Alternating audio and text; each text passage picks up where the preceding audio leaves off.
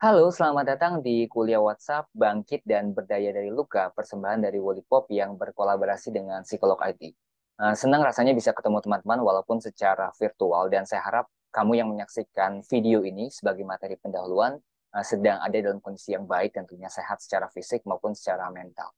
Nah, ketika saya mendapatkan tema ini, sebenarnya temanya cukup sederhana ya, simpel, tapi ternyata dalam ketika dikulik ya.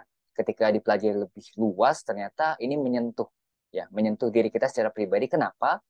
Karena setiap dari kita itu punya semacam emotional baggage atau peristiwa-peristiwa di masa lalu yang mungkin saja itu memunculkan sejumlah luka dan belum selesai sampai sekarang. Yang penting bukan lukanya, tapi makna di balik luka itu. Dan hari ini di materi pendahuluan ini kita akan membedah apa sih sebenarnya luka secara psikologis, kemudian dampaknya buat kehidupan kita, dan bagaimana cara untuk menuntaskan atau belajar bangkit dari luka yang mungkin kita rasakan sampai saat ini. Nah, sebelum masuk ke materinya, kayaknya lebih enak kalau misalnya kenalan dulu. Jadi, buat teman-teman yang mungkin baru pertama kali ketemu sama saya, salam kenal. Halo, perkenalkan nama saya Daud Antonius. Saya adalah seorang family counselor. Jadi, bisa dibilang setiap harinya profesi saya itu dengerin masalah orang juga ya. Jadi, ada 3 sampai 4 klien yang setiap harinya bercerita dan ini adalah pekerjaan yang menurut saya sangat membahagiakan, membanggakan buat saya dan buat saya banyak belajar. Jadi saya bertemu dengan orang-orang yang sangat kuat dalam kehidupan mereka.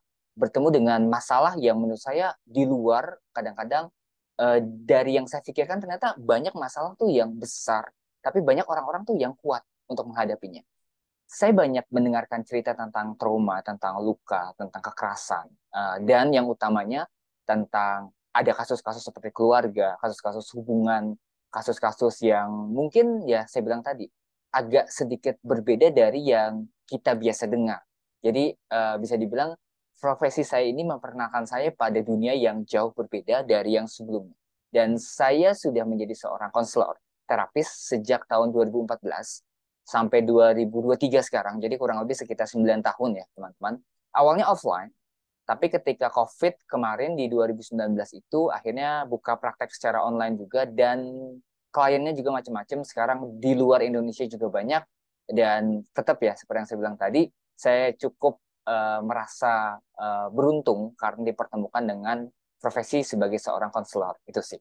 Nah, selebihnya saya juga menulis keseharian saya selain di rumah bersama dengan istri merawat anak-anak, saya juga nulis dan juga tetap belajar. Jadi sesi seperti ini juga adalah media di mana saya belajar kembali tentang mungkin bisa dibilang ketika saya bercerita kepada teman-teman yang menyaksikan video ini, bukan hanya teman-teman yang mendengarkan, tapi saya juga mendengarkan cerita kamu, saya juga belajar mendengarkan diri saya sendiri dan itu menarik sih untuk dilakukan.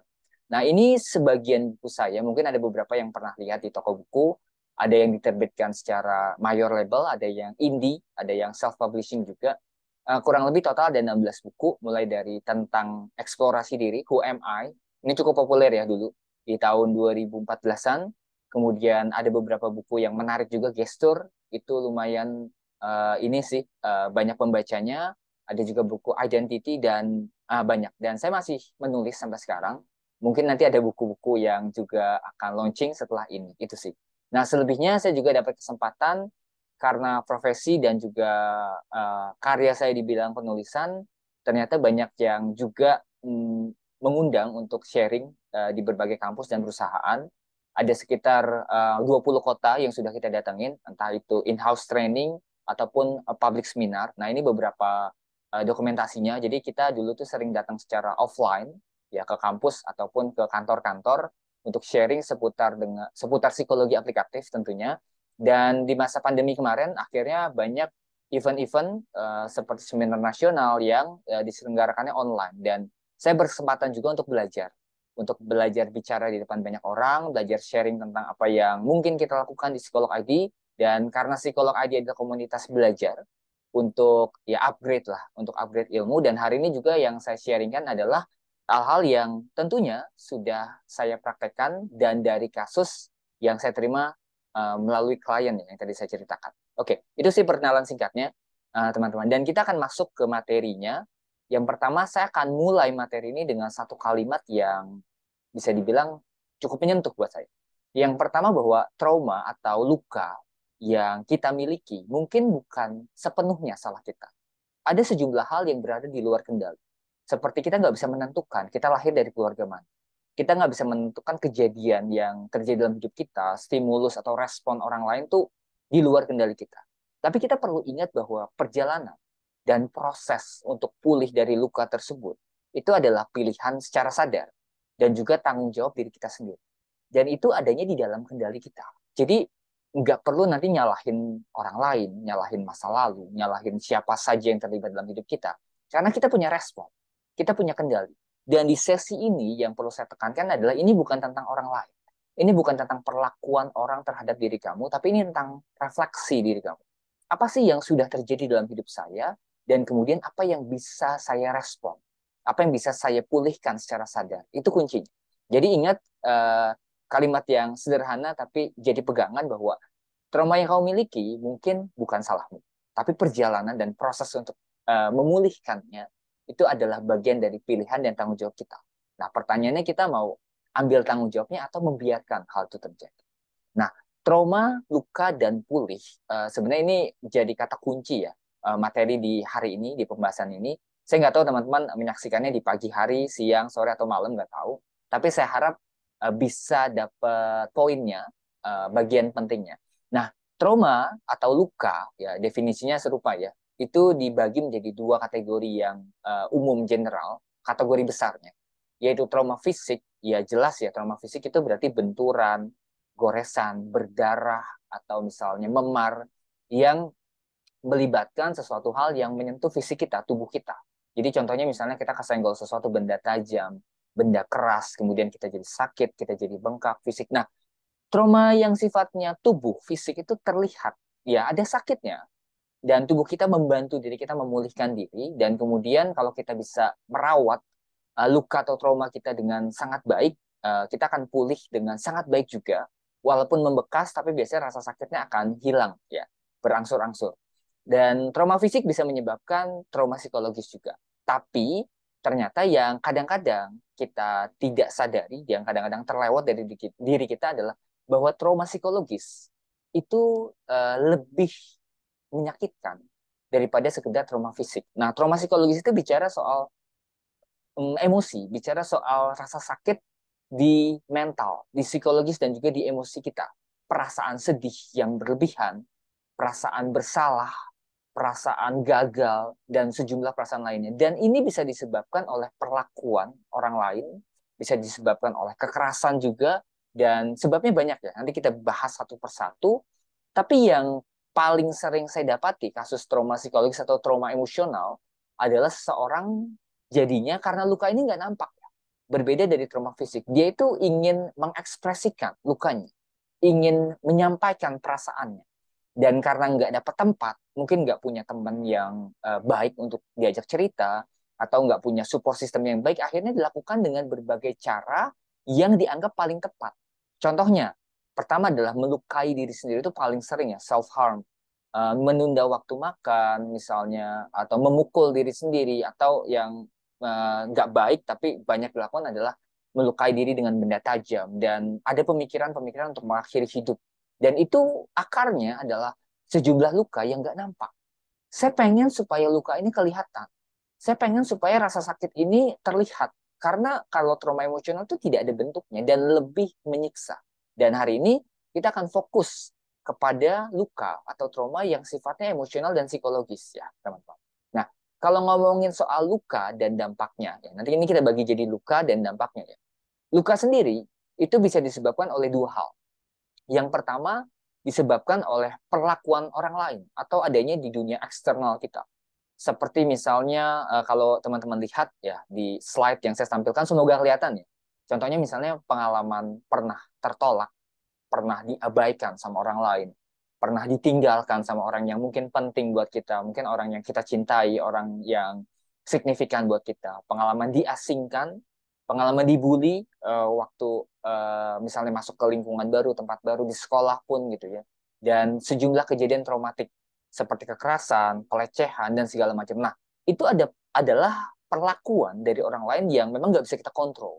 Dan ketika kita diperhadapkan pada hal tersebut, bisa menyebabkan luka emosional ataupun luka mental. Nah, tapi ternyata ada penyebab lain, yaitu penyebab yang sifatnya internal, yaitu diri sendiri.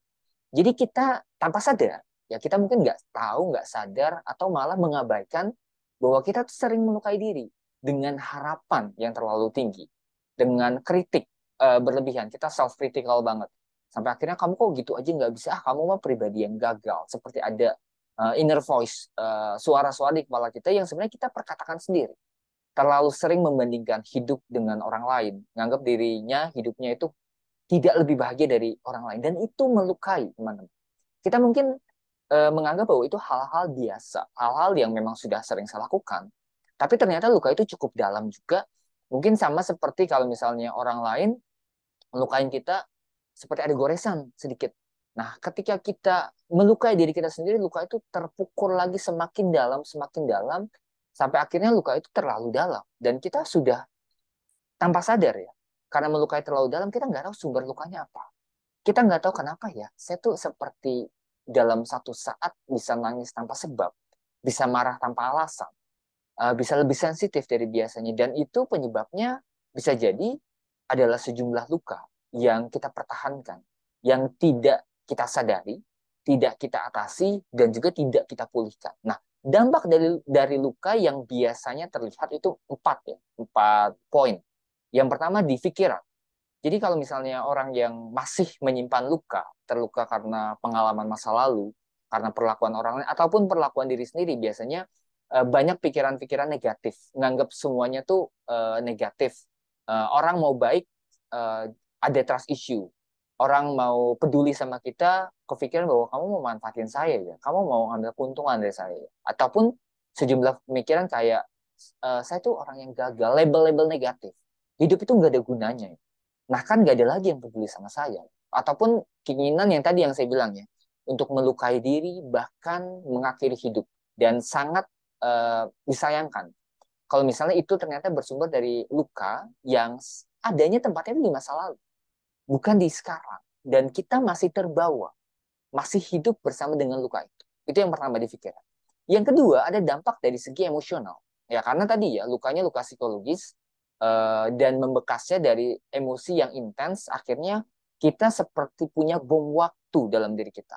Menjadikan emosi kita tuh bisa meledak sewaktu-waktu tanpa diduga, jadi lebih mudah marah. Ada seperti perlindungan diri yang sifatnya pemarah gitu ya, angry protector. Oversensitif, disinggung sedikit, istilahnya mungkin jadi baper gitu ya. Jadi kayak kok nggak bisa dibecandain gitu. Nah, ternyata orang yang luka seperti itu. Ya anggap aja teman-teman luka fisik ya. Misalnya di tangan gitu ya, ada luka terbentur atau tergores. Nah, kalau misalnya disentuh dan lukanya belum sembuh, akan sakit. Dan kita nggak suka hal tersebut. Nah, seperti sama halnya dengan luka fisik, luka emosional juga seperti itu. Ketika ada trigger yang menyerupai, tokohnya mirip, kejadiannya mirip, kita akan lebih sensitif, cepat bersedih, mudah kecewa, dan banyak hal lainnya. Nah, ini cross-check ke dalam diri kita ya. Apakah saya mengalami hal seperti ini? Apakah emosi saya, moodnya itu mulai nggak beraturan? Saya lebih mudah marah, lebih sensitif, lebih sedih, lebih kecewa, atau sejumlah perasaan negatif yang membuat saya tidak terkendali. Nah, bisa jadi ada hal-hal yang belum selesai dari luka ataupun trauma teman-teman yang terjadi itu. Ya. Yang ketiga poinnya adalah ini berdampak juga pada interaksi kita, sosial kita, pekerjaan, sekolah mungkin, dengan orang tua, dengan pasangan. Jadi produktivitasnya menurun. Hal yang biasanya kita bisa kerjakan tuh jadi sulit kita kerjakan. Minat kita jadi berkurang terhadap yang dulunya kita sukai. Kemudian ada memicu konflik tanpa sadar dengan orang lain, melukai orang tanpa sadar. Karena pribadi yang terluka itu lebih rentan dan lebih mudah untuk melukai orang lain. Ya tadi, dia nggak sadar bahwa perkataannya menyakitkan, tindakannya itu menyakitkan. Ya karena tadi, masih terluka, masih belum sembuh, masih belum pulih, dan itu bisa terjadi buat hidup kita.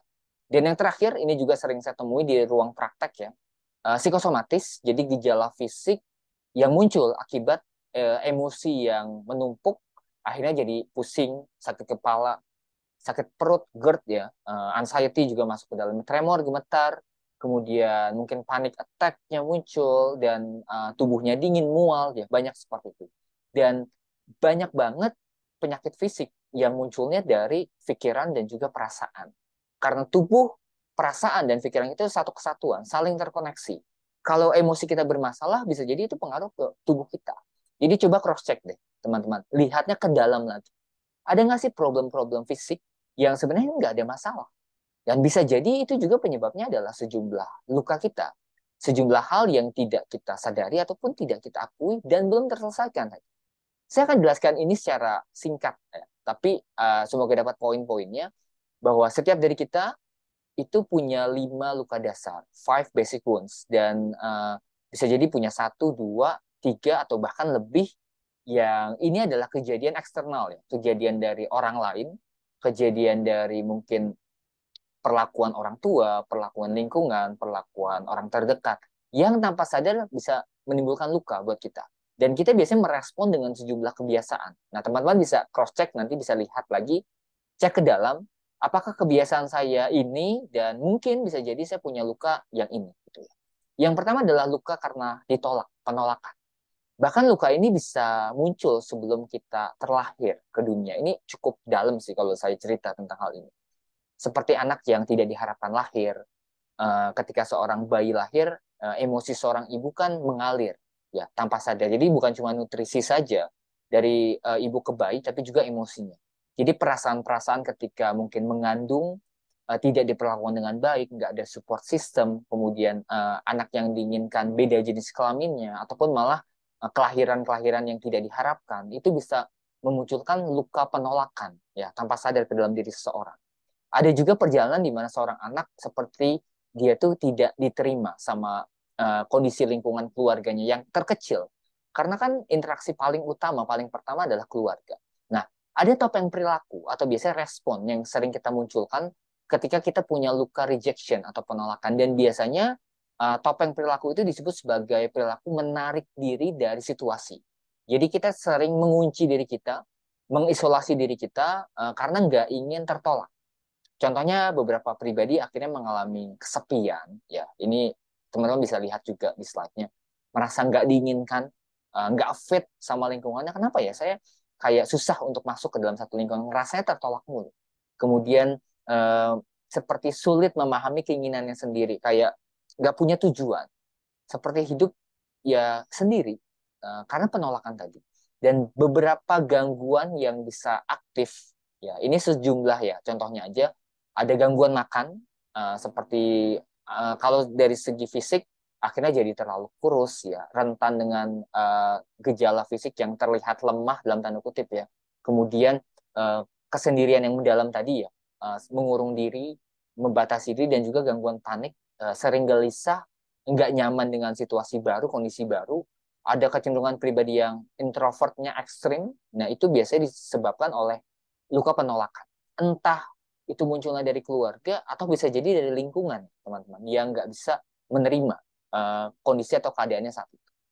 Yang kedua, ada luka dasar yang disebut sebagai abandonment. Nah, abandonment ini adalah pengalaman ditinggalkan yang banyak muncul sama orang-orang pribadi yang mungkin lahir dari keluarga yang bercerai, atau misalnya kehilangan sosok penting dalam hidupnya berharga karena hilang, meninggal dunia. Ada yang mungkin ya tadi ditinggalkan begitu saja, banyak ya kasus-kasusnya. Dan seorang dengan luka abandonment biasanya akan memunculkan 2 respon. Yang pertama adalah terlalu tergantung sama orang lain, jadi possessive dependence kalau menjalin hubungan. Atau yang kedua, jadi negative thinking, gak mudah percaya. Seperti ada pikiran bahwa ngapain percaya sama orang, nanti dia juga akan ninggalin saya lagi. Ada trust issue, ya. Sulit untuk jalin hubungan juga sama orang lain karena tadi saya terbiasa mandiri. Buat apa gitu? Saya mau sendiri aja. Dan bukan kesepian, tapi lebih pada over independent untuk orang yang abandonment, atau malah over dependence, terlalu tergantung. Nah, ciri perilakunya biasanya bermasalah dengan kemandirian. Entah tadi ya, terlalu mandiri atau terlalu tergantung, 2 hal ini. Kemudian sulit untuk menentukan keputusan, bisa jadi selalu minta saran orang, atau malah nggak terima pendapat orang lain. Ya, jadi kayak ngebantah terus pendapat orang lain. Menuntut validasi biasanya, dan atensi. Jadi perhatikan saya gitu, lihat saya benar kan, seperti itu ya. Jadi buat pembenaran, kayak apa yang saya lakukan tuh udah pada porsinya, tracknya, seperti itu. Nah, gangguan yang bisa aktif, ini setiap luka itu biasanya ada irisannya, ya. ada hubungannya. Nah, sama seperti rejection, abandonment juga bisa pengaruh kepada perasaan sepi dan sendiri, ya. Karena tadi terlalu tergantung ataupun terlalu mandiri. Dan ketika sendirian dia ngerasa bahwa ya saya sendiri saja gitu. Itu.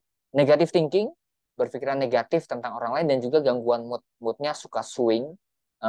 Kadang-kadang sangat good mood gitu, kadang-kadang bad moodnya parah. Nah, itu bisa muncul dari luka abandon. Yang ketiga, humiliation, ini dipermalukan ya, diejek karena bentuk fisik, diejek karena tidak cukup baik, dan kadang-kadang memunculkan perasaan-perasaan yang uh, kalau bisa sih jangan kita miliki ya, tapi kita kan kadang-kadang nggak bisa tadi, nggak bisa kontrol responnya, dan ada perasaan layak dihina, rendah diri, people pleaser atau berusaha untuk menyenangkan hati orang lain dan sulit menerima sulit menolak permintaan orang lain. Akhirnya beberapa perilakunya bisa jadi self punishment, menghukum diri sendiri, melukai diri sendiri, ngomongin yang jelek-jelek tentang diri sendiri, dan rentan juga menjadi pelaku bully, ya, sebagai tameng dari ketidaknyamanan karena pernah dipermalukan, pernah direndahkan. Bahkan bisa jadi pelakunya, dalam tanda kutip ya, ini orang tua atau saudara. Maksudnya mungkin memotivasi atau sekedar bercanda, tapi ternyata itu membekas jadi sebuah luka. Yang berikutnya dua terakhir adalah betrayal dan injustice. Nah, betrayal ini sesuai artinya adalah luka karena pengkhianatan, ya karena uh, kepercayaan yang dilanggar, janji yang dilanggar.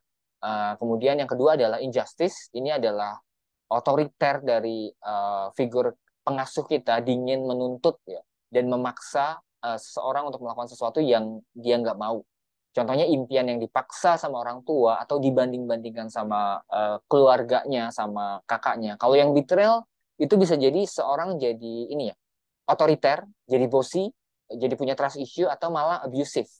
Jadi bisa menjadi pelaku ya, pelaku kekerasan bahkan ya kalau karena luka pengkhianatan.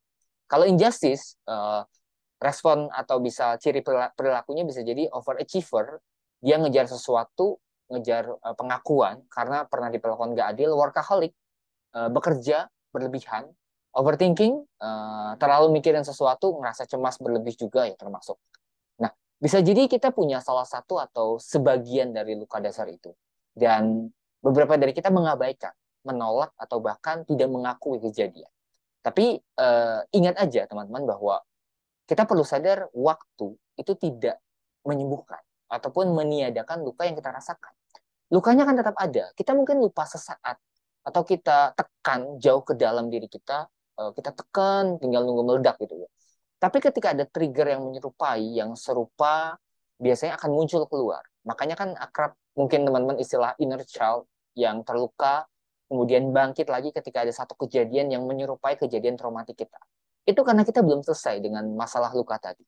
Nah, pertanyaan kemudian adalah gimana cara kita untuk berusaha menuntaskan atau berdamai dengan luka. Jadi pertanyaan banyak ya yang terkait dengan tema ini.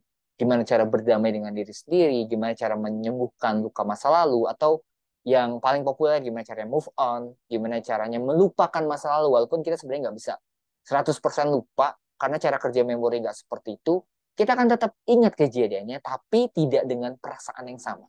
Kejadian buruk itu eh, perasaannya akan membaik kalau kita berhasil dalam fase pemulihan luka. Ya.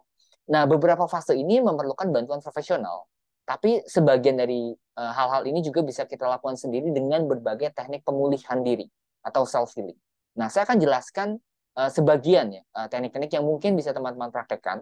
Yang pertama di fase awal kita mengenal fase yang disebut sebagai kelewatan fase regresi atau mengingat kembali kejadian plus ingatan emosional. Jadi marahnya diingat, mungkin sedihnya diingat, perasaannya nggak nyamannya diingat. Nah, bukan untuk mengingat rasa sakitnya, atau di sini saya ceritain ngasihanin diri sendiri enggak, atau membenarkan perbuatan nggak baik bukan. Nah, regresi di sini sebenarnya dilakukan untuk melatih diri kita melepaskan beban emosi dari sebuah kejadian. Caranya gimana? Yang pertama lewat visualisasi. Kita ngebayangin kejadian tersebut dan bisa untuk lepas dari kejadian tersebut. Yang kedua lewat self-talk, ngobrol sama diri sendiri.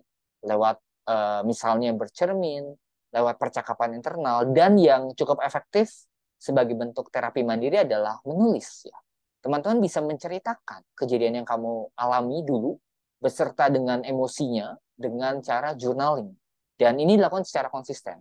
Nah, tujuannya adalah untuk kita bisa menerima kejadian tersebut dan memproses ya emosinya. Nah, yang kedua, setelah kita mengingat kembali, kita kan berusaha untuk menerjemahkan sejumlah perasaan yang muncul. Contohnya misalnya kita ajukan pertanyaan seperti apa sih yang kita rasakan dari kejadian atau luka masa lalu ini? Apakah kita marah sama kejadian? Kita sedih, takut, ataupun apa ya, kecewa, bersalah. Nah, kita buat skalanya, seberapa besar marahnya, seberapa besar sedihnya. Dan kalau itu memungkinkan, kita akui perasaannya, kita ekspresikan perasaannya, kita terima perasaannya, dan itu masuk ke dalam poin ketiga. Belajar untuk menerima. Ini terdengar gampang, tapi perjalanannya bisa stuck di penerimaan. Karena banyak banget klien saya ya di ruang praktek yang belum bisa menerima kejadian, walaupun itu terjadinya waktu udah lama banget. Karena sulit menerima emosi yang masih melekat. Dan kita perlu dengan besar hati, perlu tentunya dengan kerendahan hati juga sama diri sendiri, mengakui bahwa ya orang penting dalam hidup saya ya bersalah. Bahkan saya bersalah sama diri saya sendiri. Dan itu prosesnya, konsepnya bukan eh, sekedar menerima, tapi kita ngelepasin diri dari beban emosional yang membelenggu diri kita, yang meliputi diri kita, dan itu menjadikan diri kita lebih bebas. Nah, bagian keempat adalah tentang makna, tentang sudut pandang. Setiap kejadian, seperti yang saya bilang di awal ya, bukan tentang lukanya, tapi tentang makna dari luka. Apa yang bisa kita pelajari dari luka ini? Apa yang bisa kita ceritakan kembali dan bisa membantu orang lain untuk turut pulih dari luka. Nah, selain dari 4 fase tadi, nanti kalau teman-teman mau tanya lebih lanjut, kita bisa diskusi ya tentang hal tersebut. Kita ada 7 level dalam pemprosesan luka batin yang mungkin kita alami. Sejumlah kejadian gak menyenangkan.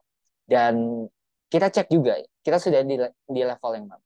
Nah, ketika kamu ikutan sesi ini, ikutan kuliah WhatsApp ini, saya harapkan kamu udah setidaknya di level pertama, yaitu self-awareness, kesadaran diri. Jadi keinginan untuk sembuh, keinginan untuk pulih, keinginan merasa bahwa sepertinya ada yang perlu saya pulihkan, sepertinya ada yang perlu saya lepaskan dari kejadian masa lalu. Dan itu adalah pintu masuk pembuka yang sangat baik, teman-teman. Jadi kesadaran bahwa ada sesuatu hal yang perlu saya pulihkan. Intinya di situ. Nah, yang kedua, coba untuk ambil tanggung jawab secara mandiri. Sama seperti kata-kata di awal bahwa proses atau perjalanan untuk pulih dari luka adalah tanggung jawab kita sendiri dan tidak menyalahkan. Jadi kita berhenti menganggap diri kita itu sebagai korban dan berusaha sebaik mungkin gimana caranya untuk mengambil kendali atas hidup dan diri kita sendiri supaya kita nggak lagi dihantui sama masa lalu ataupun sama orang lain. Siapapun orangnya, orang tua kah, yang menyakiti kita kah, mungkin pernah terlibat dengan pasangan yang toksik gitu ya. Jadi mereka tidak lagi jadi orang-orang yang mengendalikan hidup kita. Jadi kita mengambil kendali ulang atas diri kita, atas diri kita sendiri. Nah, berikutnya sama seperti tadi ya, 4 level. Nah, di stage ini juga adalah stage di mana kita tuh mulai menerima kejadian buruk sekalipun, menganggap bahwa itu adalah proses diri kita. Dan mulai mencari, menemukan hal-hal yang menumbuhkan diri kita menjadi lebih baik tentunya. Contohnya mungkin dengan gabung di sesi WhatsApp ini, ataupun teman-teman bisa ikutan kelas-kelas yang lain. Ya. Itu adalah bentuk dari tindakan self-care. Kita peduli sama diri kita sendiri. Temukan minat, temukan kesukaan kita yang membawa kita kepada sesuatu hal yang bertumbuh, ya, yang lebih baik. Nah, berikutnya kita menuliskan kembali sejarah hidup kita. Menulis ulang bahwa kita tuh nggak cuma kumpulan dari peristiwa tidak menyenangkan, tapi ada hal baiknya. Kita harus balance, harus fair juga sama hidup kita. Bahwa hidup saya nggak sepenuhnya hal-hal buruk, nggak sepenuhnya luka, ada bahagianya. Dan dengan menulis ulang ini, kita memposisikan diri kita bukan sebagai korban tadi, bukan sebagai orang yang terluka lagi, tapi sebagai orang yang sembuh dari luka. Dan yang jadi bagian terakhirnya adalah kita bisa mengisahkan, bisa menceritakan cerita kita, kisah kita kepada orang lain sebagai pengalaman yang bisa jadi pembelajaran penuh makna.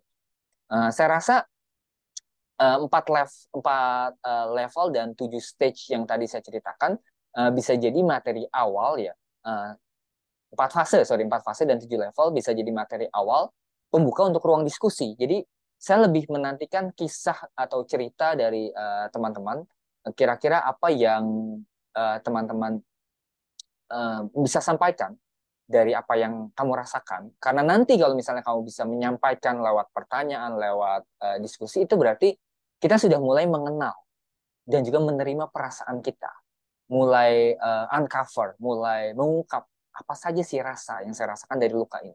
Dan yang terakhir adalah kita perlu paham bahwa perjalanan untuk pulih dari luka, termasuk perjalanan menerima dan memaafkan, adalah proses yang berkelanjutan.